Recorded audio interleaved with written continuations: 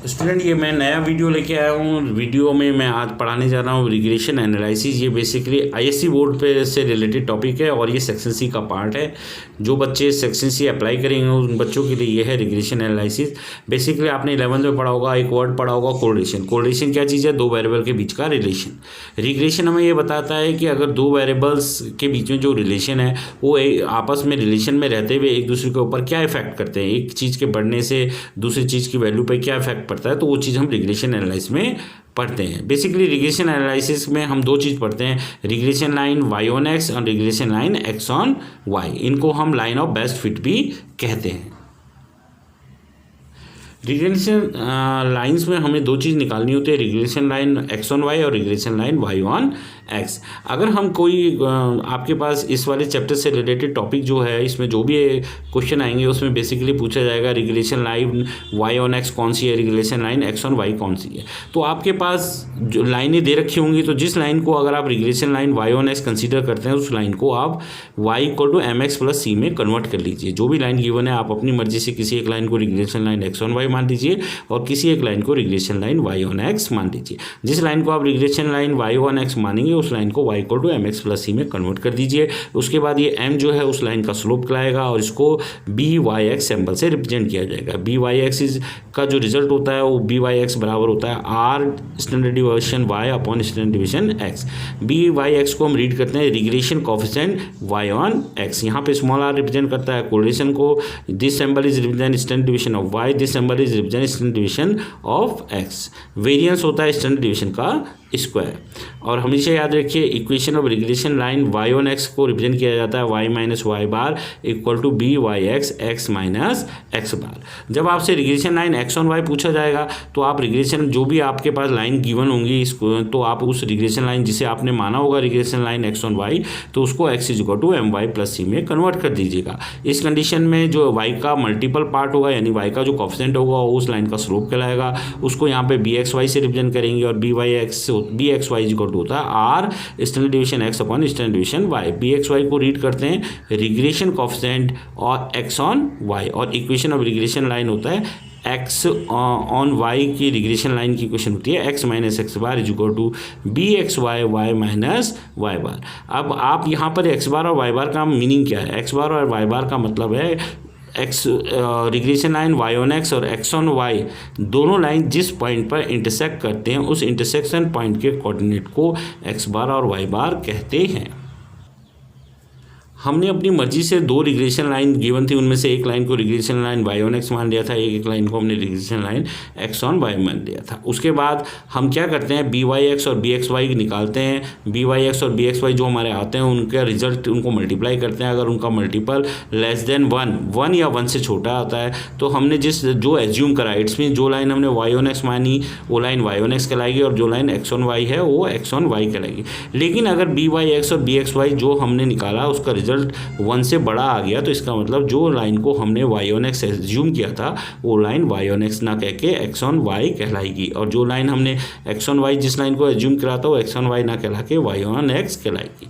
अगर आपसे अब इस तरीके के चैप्टर्स में आपसे पूछा जाएगा फाइंड आउट द कोरिलेशन, तो आप क्या करेंगे? r बराबर कोरिलेशन निकालने के लिए आप क्या फॉर्मूला लगाएंगे? r is equal to plus minus under root byx into bxy।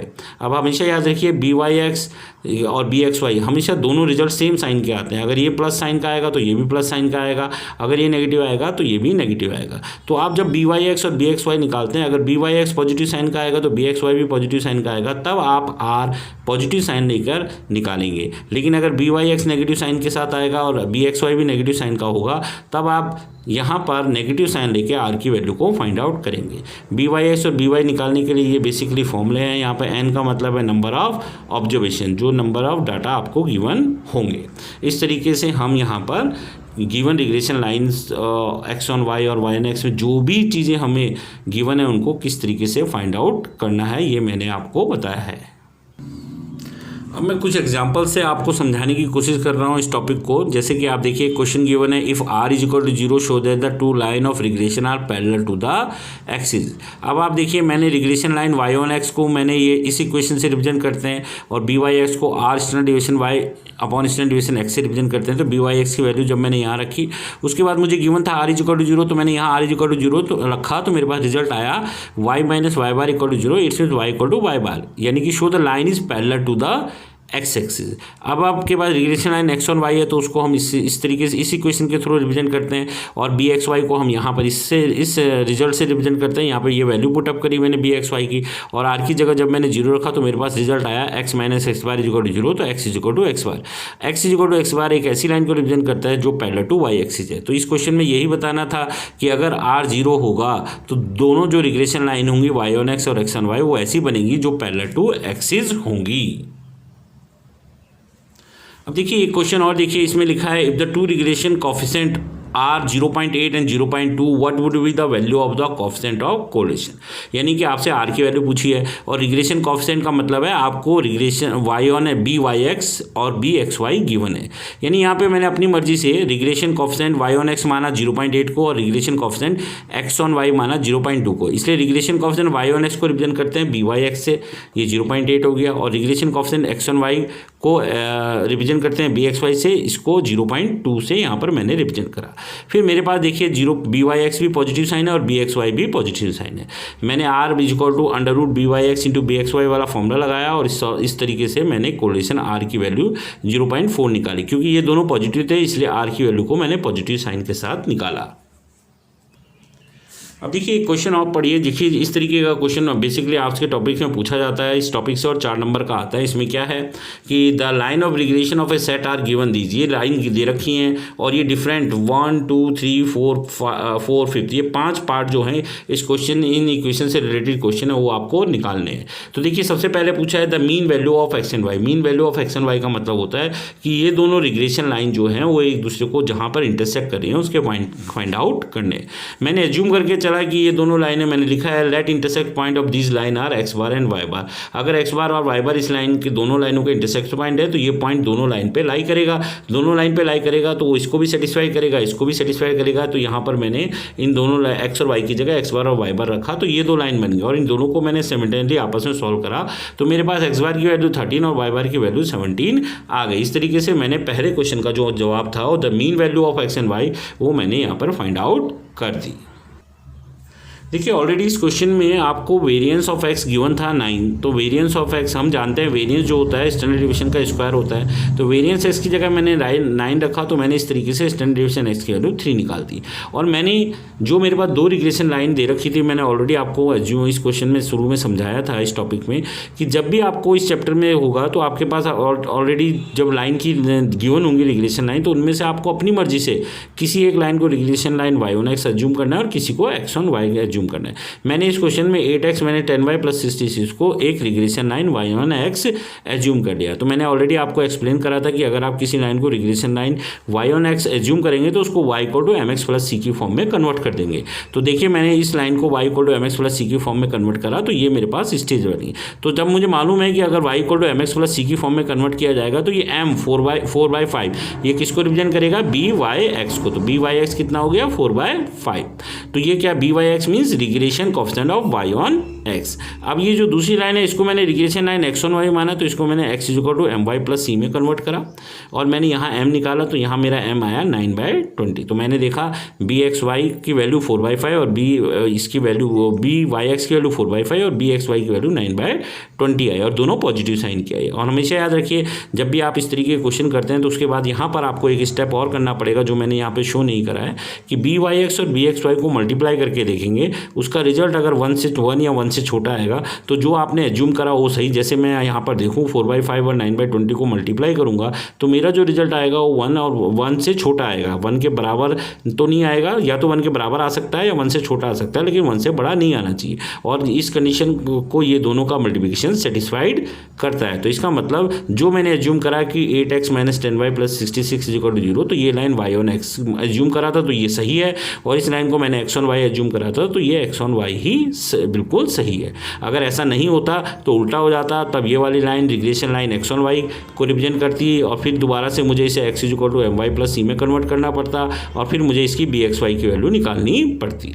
और इस लाइन को मैं फिर अगर ये सेटिस्फाइड नहीं होती ये कंडीशन byx और bxy का मल्टीप्लिकेशन अगर < 1 नहीं होता तो ये लाइन जिसे मैंने x1 y एज्यूम करा है ये x1 y ना कहला के y1 x कहलाती है और फिर इसको मैं y = mx + c में कन्वर्ट करके तब मैं इसका स्लोप m यानी byx निकालता। लेकिन इस केस में ऑलरेडी ये कंडीशन सेटिस्फाइड हो रही है कि byx और bxy का मल्टीप्लिकेशन <1 आ रहा है, तो इसका मतलब हमारा जो हमने एज्यूम करा ये दोनों लाइनें जो हमने एज्यूम करी इसको y1 x और इसको x1 y माना तो ये ट्रू है। उसके बाद हमें कोरिलेशन निकालने के लिए कहा तो हमारे पास कोरिलेशन r मैंने यहाँ प्लस साइन लेके √byx और bxy निकाला। मैंने ऑलरेडी आपको बताया था कि r के साथ प्लस साइन तब लेंगे जब byx और bxy दोनों पॉजिटिव साइन के होंगे, तो यहाँ पॉजिटिव साइन से कंसीडर करेंगे। अगर ये दोनों नेगेटिव साइन के होंगे तो यहाँ नेगेटिव साइन लेके r की वैल्यू को फाइंड आउट किया जाता है। और एक चीज़ ध्यान रखना, byx और bxy जो रिजल्ट आते हैं वो कभी भी अलग अलग साइन के नहीं आते। अगर ये पॉजिटिव आएगा तो 100% ये भी पॉजिटिव आएगा और अगर ये नेगेटिव है तो ये भी नेगेटिव आएगा। इस तरीके से मैंने यहाँ पर r की वैल्यू निकाल दी।